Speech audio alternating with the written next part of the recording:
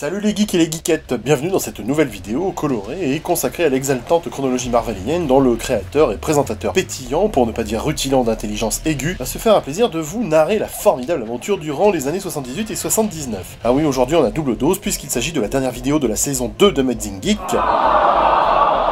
avant des vacances bien méritées. Mais rassurez-vous, pour ceux qui me supportent encore, moi et ma pulposité nordique et mon élégance congénitale, nous nous retrouverons dans la Tidor-Exang de la fin août pour une dernière saison de Amazing Geek, car vous le savez bien, toutes les bonnes choses ont une fin, il sera grand temps pour moi de passer à autre chose. Mais bon, on n'en est pas encore là, il nous reste une saison et l'émission d'aujourd'hui, alors sans plus tarder, passons au cœur du sujet, allez, jingle décalé.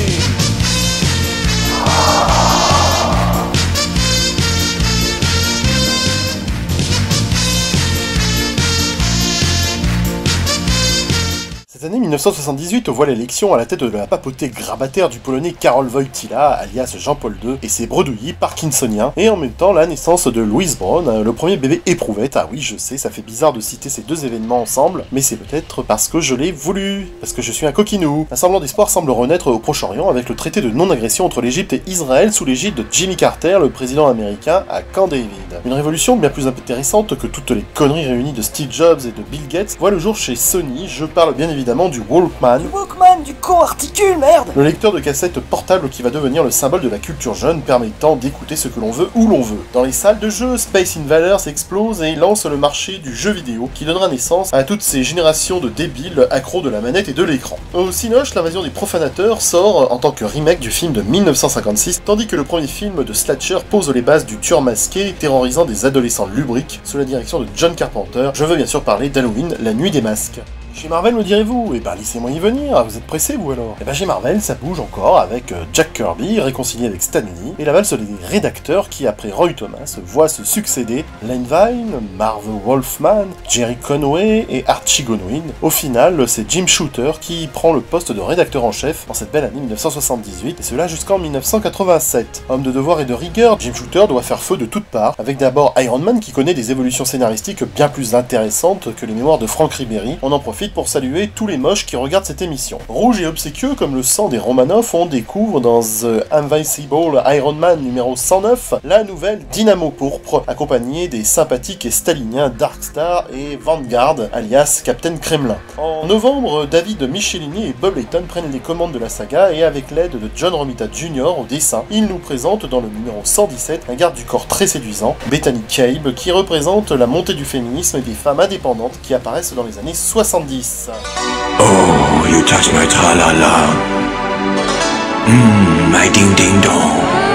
En août, Hulk, qui jouit d'un grand succès télévisuel avec la série The Incredible Hulk, connaît un renouveau en comics pour attirer les fans de la série vers la BD. Et The Rampaging Hulk est renommé The Hulk numéro 10 à cette occasion, sobre et simple comme une pub d'SFR. Et notre bon vieux Speedy rencontre le Captain Britain dans Marvel Team Up numéro 65, un Captain Britain qui fait à l'occasion sa première apparition dans les comics américains en rejoignant l'araignée pour affronter Arcade, un nouveau super vilain qui s'éclate en enfermant ses victimes dans un parc d'attractions Cauchemarland. Un vilain petit arcade créé par Chris Claremont et John Byrne. Non content de batifoler avec un super roast-beef, l'homme araignée ne rechigne pas non plus à l'idée de faire équipe avec l'homme-chose dans Marvel Team Up numéro 68. Il est pas sectaire le pétère. En parlant d'araignée, la mince et gracile Spider-Woman obtient sa propre série en avril avec Marv Wolfman et Carmine Infantino. En octobre, Miss Marvel est sérieusement relookée dans Miss Marvel numéro 20. Il faut dire que son costume tricolore d'origine était vraiment... Craignos! Craignos est considéré comme l'un des pires pour une super-héroïne. On dirait Wonder Woman en plus craignos. Mais Chris Claremont et Dave Cockrum vont lui donner un costume noir plus smart qui sied davantage au teint de pêche délicatement duveté de Miss Marvel. Mince, je suis en train de m'exciter. En parlant de nana terriblement séduisante, une autre créature apparaît sous le coup de plume de Chris Claremont et de Dave Cockrum dans Miss Marvel numéro 18. Il s'agit de la sinistre Raven Darkholm, plus connue sous le nom de Mystique, la mutante à la peau bleue et aux cheveux rouges. Cette première apparition en France a été vue dans Miss Marvel, Guerre sous les flots chez Artima, que je vous montre ici de mes mains nacrées et délicates de chérubin. Beaucoup moins pétillante d'exubérance à mes yeux, parlons de mal, de vrai, avec en avril la série de Luke Cage qui est renommée Power Man et Iron Fist dans le numéro 50. Dans Captain America and the Falcon numéro 217, un certain Marvelman, l'un des super agents du SHIELD, utilise des bracelets qui lui permettent de manipuler l'énergie environnante. En fait, ce Marvelman deviendra Quasar. En parlant de type très énergétique ou énergique, rayez la mention inutile, l'arme alpha apparaît dans X-Men 109. Ancien ami de Serval, de Wolverine je voulais dire, McDonald Hudson est chargé par le gouvernement canadien de le récupérer et de le ramener de force au bercail. Bref, vous l'avez reconnu, c'est Vindicator, puis Guardian. Tabernacle. Puisque nous parlons des X-Men, la série est renommée cette année-là The Uncanny X-Men à partir du numéro 114. Et tu appelles ça un titre? Avoue que ce n'est pas très réussi. Tais-toi la vilaine. Mais revenons sur l'œuvre du King, Jack Kirby, qui depuis son retour chez Marvel était un créateur très prolifique. Il écrit, dessine Captain America and the Falcon, mais aussi Black Panther, The Eternal et même Devil Dinosaur. Accent de merde. Une création bizarre qui parle d'un dinosaure intelligent rassemblant un tyrannosaure. Cette série n'a connu que 9 épisodes, mais elle est devenue culte pour les fans du maître. Un Jack Kirby qui avait aussi transposé l'univers de Stanley Kubrick dans un comics 2001 A Space Odyssey en 1977. Il y a introduit un robot appelé Mr. Machine dans le numéro 8. Et lorsque la série s'arrête, le robot nommé en fait X-51, vous suivez toujours, obtient sa propre série Machine Man en avril 1978. Mais surtout, Kirby crée un des premiers romans graphiques, The Silver Surfer, inspiré de Will Eisner, l'un des pères fondateurs de l'univers des comics, créateur de Spirit, et d'un nouveau format de comics avec son ouvrage Un bail avec Dieu. Stanley et Kirby, enfin rabibochés, créent The Silver Surfer, le premier roman graphique chez Marvel. Ce qui est intéressant, c'est qu'aujourd'hui, tout le travail de Kirby est considéré comme des classiques, alors qu'à l'époque, les ventes ne suivaient pas. Kirby va quitter définitivement Marvel pour rejoindre le monde de l'animation, et l'un de ses premiers projets sera les 4 Fantastiques Jingle. Les 4 Fantastiques.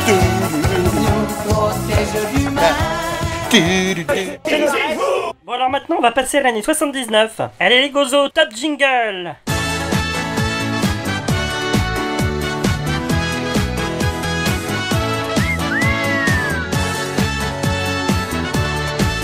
Vous pétez un câble, hein. C'est très pénible. Depuis 1977, les auteurs les plus créatifs de la Maison des Idées sont indéniablement John Byrne et Chris Claremont. Leur collaboration connaît une apogée avec les X-Men. Souvent en désaccord, les deux compères arrivent pourtant à donner une énergie incroyable aux aventures des X-Men et vont faire de cette œuvre la série la plus suivie de l'époque. La saga du Phénix Noir en est le plus bel exemple. Et pourtant, 1979, c'est une année noire sur le plan international. Je vais faire simple, j'ai juste à évoquer quelques noms pour voir que c'était vraiment moche. Thatcher, l'Ayatollah Khomeini, le second choc pétrolier, l'invasion de l'Afghanistan par l'URSS, Pol Pot, le génocide, bon tout ça c'est pas bien joli. Et c'est pour ça qu'on va vite quitter cet événementiel pour nous réfugier dans le rêve marvelien avec Iron Man qui voit l'apparition du meilleur ami de Tony Stark, James Rhodes, alias le futur War Machine, dans le numéro 118 de The Invincible Iron Man, que nous on a pu voir dans Strange numéro 120 à la page 23. Vous voyez, c'est là. Dans le numéro 120, le pédant Justin Hammer, l'ennemi juré de Tony Stark, fait sa première apparition et comme j'ai pas de blague pourrie à faire à ce sujet, je me sens mitre devant l'échec. Cette phrase ne veut rien dire. Dans The Uncanny X-Men numéro 118, les X-Men débarquent au Japon. Serval s'émoustille et frétille pour Mariko Yoshida. C'est le début d'un amour ni bon ni mauvais que nous avons pu voir dans Special Strange 22. Dans The Uncanny X-Men numéro 120, John Byrne nous présente pour la première fois l'intégralité de la division Alpha qui va se friter avec les X-Men Tabernacle. pour tenter de récupérer Serval qui appartient au gouvernement canadien. Et là, les plus vieux d'entre nous, vous avez pu le lire dans Special Strange numéro 23. Et pendant ce temps-là, ce bon vieux Spider-Man rencontre l'élégante et racée Felicia Hardy, alias la chatte, dans The Amazing Spider-Man numéro 194, que nous, on a vu dans les Strange 148 et 149. Mais ce vieux tombeur de Peter Parker va également faire équipe avec Sonia la Rouge contre le sorcier Cullen Garth, dans Marvel Team Up numéro 79, et nous, on l'a vu dans Special Strange 32. Moi, c'était la première fois que je découvrais Sonia, et ça m'a fait... Oh, you touch my tra-la-la. My ding-ding-dong. Dans The Avenger numéro 186, nous apprenons enfin les origines de la sorcière rouge et de Vif Argent. Leur mère est une certaine Magda, cette même Magda apparue dans le numéro 125 d'Uncanny X-Men, et dont John Byrne nous apprend qu'elle est l'épouse de Magneto. Vous regarderez bien à la page 24 du Special Strange 26, c'est très furtif, mais ça nous est donné. Oui, la sorcière rouge et Vif Argent sont les enfants de l'autre gros psychopathe magnétique, pas étonnant qu'ils sont devenus des délinquants. Dans le Fantastic Four numéro 211, Galactus choisit son nouveau héros, un certain Tyros, qui va devenir Terrax le Conquérant, un gars sans état d'âme, très pratique pour génocider des planètes. Dans Daredevil numéro 158, le Diable Rouge affronte le Chasseur, et cet épisode assure la transition entre le brouillon Jen Collan et un jeune artiste appelé Frank Miller, mes deux dessinateurs préférés.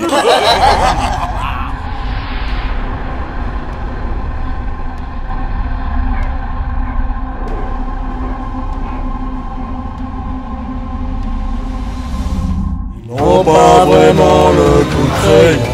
Tu parles de qui? Par de Collan et Miller. Ah oui, d'accord.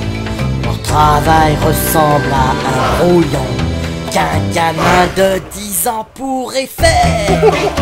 Et cette souffrance d'ancrage à outrance, il n'en faut pas plus pour vomir.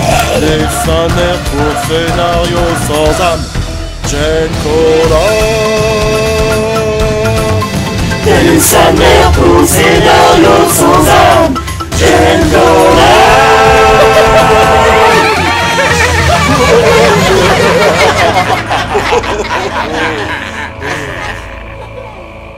D'autres surprises attendent le lecteur avec Marvelman qui devient enfin Khazar dans Marvel 2-in-1 numéro 53 et Wundar, l'enfant prisonnier dans un super-héros adulte qui se transforme en Aquarian, une espèce d'illuminé, dans Marvel 2-in-1 numéro 58 que nous on a vu dans Special Strange numéro 35, je le précise, pour les gens qui veulent de la précision. Man-Things a fait son retour dans une mini-série qui lui est consacrée et ça s'appelle Man-Things 1, c'est très original, alors que Bill Mantlo et Sal Buscema a créé une nouvelle série basée sur un jouet, Rome, de la société Parker Brothers. Hey, brother! La célèbre saga Rome Space Knight qui durera 75 numéros et que nous avons dévoré à partir du Strange numéro 134. Enfin, n'oublions pas que Marvel a décroché de nouvelles licences, d'abord avec les jouets Micronautes que Bill Mantlo et Michael Golden vont transformer en série Marvel, et également avec des jouets japonais tirés eux-mêmes d'une série animée de robots géants, les Shogun Warriors, dont Doug Munch et Herb Trim vont adapter en comics. J'ai eu personnellement dans ma jeunesse l'un des Shogun Warriors. Le pauvre a bien souffert en partie à cause d'un cousin malveillant, mais il est encore debout aujourd'hui, le Shogun Warrior, hein, pas le cousin, et je suis fier de lui offrir une retraite bien méritée. Mais vous êtes complètement cons les mecs. Et voilà, nous avons fait le tour de l'année 1979 chez Marvel et il ne reste plus qu'à vous dire à bientôt. Amazing Geek s'arrête pour sa trêve estivale, mais nous revenons en pleine forme après la mi-août pour une troisième et dernière saison qui, espérons-le, saura encore vous titiller la fibre nostalgique. Merci à tous ceux qui m'ont soutenu et qui me soutiennent depuis 1 an et demi. Je vous souhaite de bonnes vacances si vous avez la chance d'en avoir. Reposez-vous et n'oubliez pas de me retrouver à la fin août. Bisous mes loulous!